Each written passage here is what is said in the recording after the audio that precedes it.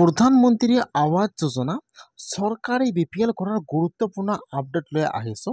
সেইটো আপডেট হ'ল যদি আপোনালোকে এইবাৰ চৰকাৰী ঘৰৰ কাৰণে আবেদন কৰিছিল অথবা আপোনালোকৰ চৰকাৰী ঘৰৰ জিঅ'টেক সম্পূৰ্ণ হৈ গ'ল, আপোনালোকে এতিয়া চৰকাৰী ঘৰৰ নতুন লিষ্টটো চেক কৰা নাই বা লিষ্টটো চাব বিচাৰিছে, কিন্তু তাত লিখা আহিছে ডাটা নট ফাউণ্ড।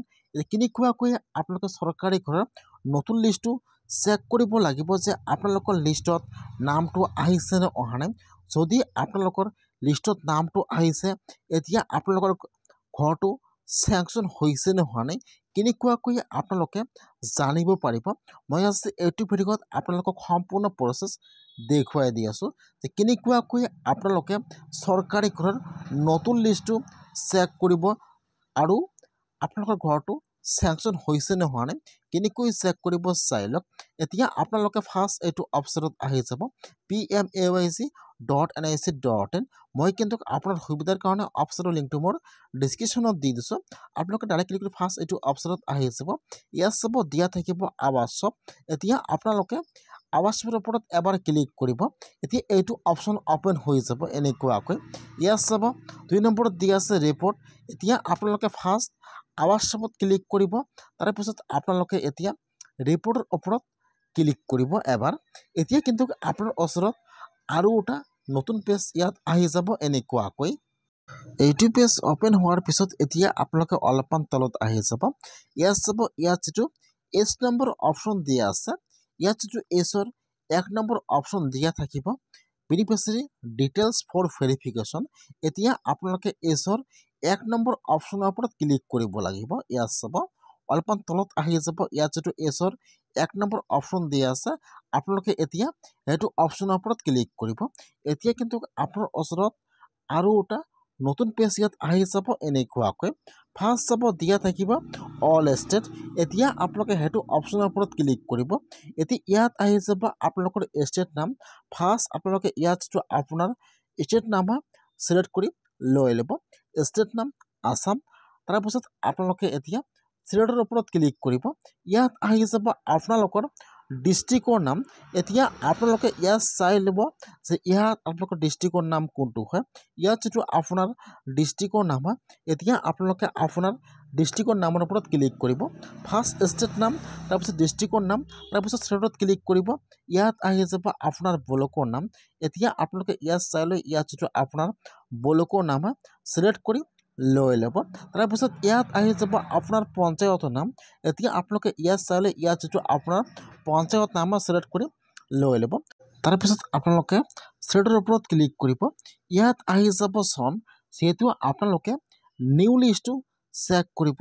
এতিয়া আপোনালোকে ইয়াত একেবাৰে তলত আহি যাব। ইয়াত চাব চন দিয়া আছে 25 and 26। আপোনালোকে ইয়াৰ পৰা চনটো 25-26 চিলেক্ট কৰি লৈ ল'ব চনটো। তাৰপিছত চিলেক্টত ক্লিক কৰিব। ইয়াত 1 নম্বৰত অপশ্যন আহি যাব প্ৰধানমন্ত্ৰী আৱাস যোজনা গ্ৰামীণ। আপোনালোকে ইয়াৰ পৰা সেইটো চিলেক্ট কৰি লৈ ল'ব। তাৰপিছত আপোনাৰ ওচৰত আহি যাব কেপচা। এতিয়া আপোনাৰ তাত যিটো কেপচা আহি যায় মাইনাছ প্লাছ কৰি যি কেপচা হয়, এতিয়া আপোনালোকে কেপচাটো বহাই দিব। কেপচাটো বহাই দি আপোনালোকে এতিয়া চাবমিটৰ ওপৰত ক্লিক কৰিব। যেতিয়া আপোনালোকে কেপচাটো বহাই দি চাবমিটৰ ওপৰত ক্লিক কৰিব, যদি আপোনালোকৰ পঞ্চায়তৰ লিষ্টটো ভেৰিফাই হৈছে তেনেহ'লে কিন্তু ইয়াত আহিব। ইয়াত কিন্তু বহুতো পঞ্চায়তৰ লিষ্টটো এতিয়াও অহা নাই। ইয়াত দেখুৱাইছে ডাটা নট ফাউণ্ড। যদি আপোনালোকৰো এনেকুৱা আহিছে তেনেহ'লে কিন্তু আপোনালোকৰ পঞ্চায়তৰ লিষ্টটো এতিয়া সম্পূৰ্ণ ভেৰিফাই হোৱা নাই, সেইকাৰণে অনলাইনত হোৱা নাই। যিবিলাক পঞ্চায়তৰ লিষ্ট অনলাইনত এপ্ৰুভ হৈ গৈছে বা ভেৰিফাই হৈ গৈছে, সেইসকল নাম কিন্তু ইয়াত আহি যাব। মই আপোনালোকক আৰু এটা বেলেগ পঞ্চায়তত ক্লিক কৰি দেখুৱাই দি আছোঁ। যদি আপোনালোকৰ এনেকুৱা আহি গৈছে ডাটা নট ফাউণ্ড, তেনেহ'লে আপোনালোকে আপোনাৰ পঞ্চায়তত যাই লিষ্টটো চাব লাগিব। মই আপোনাক বেলেগ এটা পঞ্চায়তৰ ক্লিক কৰি দেখুৱাই দিছোঁ যে এইটো পঞ্চায়তৰ আহে নে নাহে। ইয়াত চাব সকলো ঠিকেই আছে। লাষ্টলি মেছেজ কৰিছোঁ পঞ্চায়ত নামটো। এতিয়া আপোনাৰ ওচৰত ইয়াত লিষ্টবোৰ অ'পেন হৈ যাব এনেকুৱাকৈ। ইয়াত চাব ইয়াত অ'পেন হৈ যাব এনেকুৱাকৈ। যিবিলাক পঞ্চায়তৰ লিষ্ট ভেৰিফাই হৈ গ'ল, সম্পূৰ্ণ ভেৰিফাই হৈ গৈছে, সেইসকল পঞ্চায়ত লিষ্টটো ইয়াত আহি যাব এনেকুৱাকৈ। যদি আপোনালোকৰ ইয়াত আহিছে ডাটা নট ফাউণ্ড তেনেহ'লে কিন্তু আপোনালোকৰ পঞ্চায়তৰ লিষ্টটো এতিয়াও ভেৰিফাই হোৱা নাই সেইকাৰণে অনলাইনত অহা নাই বহুতে কমেণ্ট কৰিছে যে এই লিষ্টটো নাহে ইয়াত ডাটা নট ফাউণ্ড দেখুৱায় যদি আপোনালোকৰ এনেকুৱা আহিছে ডাটা নট ফাউণ্ড তেনেহ'লে কিন্তু আপোনালোকে লিষ্টটো আপোনালোকৰ পঞ্চায়তত যাই চাব লাগিব মই আপোনালোকক এটা বেলেগ পঞ্চায়তত ক্লিক কৰি দেখুৱাই দি দিলোঁ যিটো পঞ্চায়তৰ লিষ্ট ভেৰিফাই হৈ গৈছে সেইটো কিন্তু ইয়াত আহি যাব এনেকুৱাকৈ ফাৰ্ষ্ট ইয়াত আপোনালোকৰ নামটো আহি যাব তাৰপিছত ইয়াত আপোনাৰ গাৰ্জিয়ান নাম আহি যাব আৰু তাৰপিছত ইয়াত আপোনাৰ ঘৰৰ এটেনশ্যন আই ডি নম্বৰ আহি যাব এনেকুৱাকৈ আৰু এইফালে চাব দিয়া থাকিব 25-26 যদি আপোনালোকৰ পঞ্চায়তৰ লিষ্টটো ইয়াত আহি গৈছে এনেকুৱাকৈ এতিয়া আপোনালোকে ইয়াত চাব ইয়াত যিটো আপোনালোকৰ ঘৰৰ আই ডি নম্বৰটো আছে আপোনালোকে ইয়াৰ পৰা আই ডি নম্বৰটো কপি কৰি ল'ব লাগিব যে আপোনাৰ ঘৰটো চেংচন হৈছে নে হোৱা নাই আপোনালোকে জানিব লাগিব সেইকাৰণে যদি আপোনালোকে ফাৰ্ষ্ট লিষ্টটো চাব লাগিব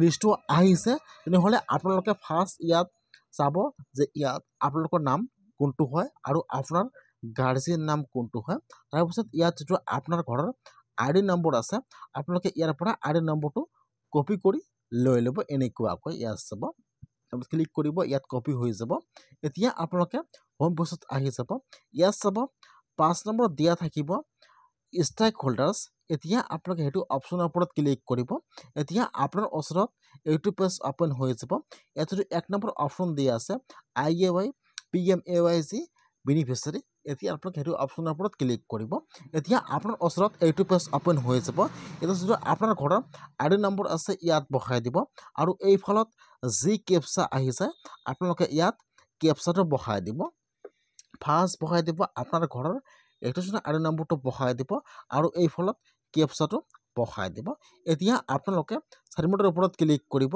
এতিয়া কিন্তু আপোনাৰ ওচৰত ইয়াত আপোনাৰ ডিটেইলছটো সম্পূৰ্ণ আহি যাব এনেকুৱাকৈ ফাৰ্ষ্ট ইয়াত আপোনালোকৰ এড্ৰেছটো আহি যাব ইয়াত আপোনাৰ ফুল নেম আহি যাব ইয়াত আপোনাৰ ডিটেইলছটো আহি যাব আপোনালোকে মানে চাই ল'ব যে এইটো আপোনালোকৰ হয় নে নহয় ইয়াত চাব ইয়াত আহি যাব এনেকুৱাকৈ তাৰপিছত আপোনালোকে অলপমান তলত আহি যাব বহুতো মানুহৰ নাম কিন্তু ৰিজেক্ট হৈ গৈছে সেইকাৰণে আপোনালোকে আজি চাই লওক যে আপোনাৰ ঘৰটো চেংচন হৈছে নে হোৱা নাই আৰু ইয়াত চাব ইয়াত থাকিব আপোনালোকৰ জব কাৰ্ড নম্বৰ আৰু ইয়াত চাব ইয়াত থাকিব হাউচ চেংচন যদি ইয়াত লিখা থাকে হাউচ চেংচন তেনেহ'লে কিন্তু আপোনালোকৰ ঘৰটো চেংচন হৈ গৈছে আপোনালোকে ডিচেম্বৰ মাহত চৰকাৰী ঘৰৰ ফাৰ্ষ্ট কিস্তি লাভ কৰিব আৰু যদি ইয়াত লিখা থাকে ন তেনেহ'লে কিন্তু আপোনাৰ ঘৰটো চেংচন হোৱা নাই আপোনালোকে আপোনাৰ পঞ্চায়তত যোগাযোগ কৰিব লাগিব আৰু ইয়াত চাব লাগিব যে আপোনালোকৰ একাউণ্টটো লিংক হৈছে নে হোৱা নাই বহুতো মানুহৰ নাম কিন্তু ৰিজেক্ট হৈছে সেইকাৰণে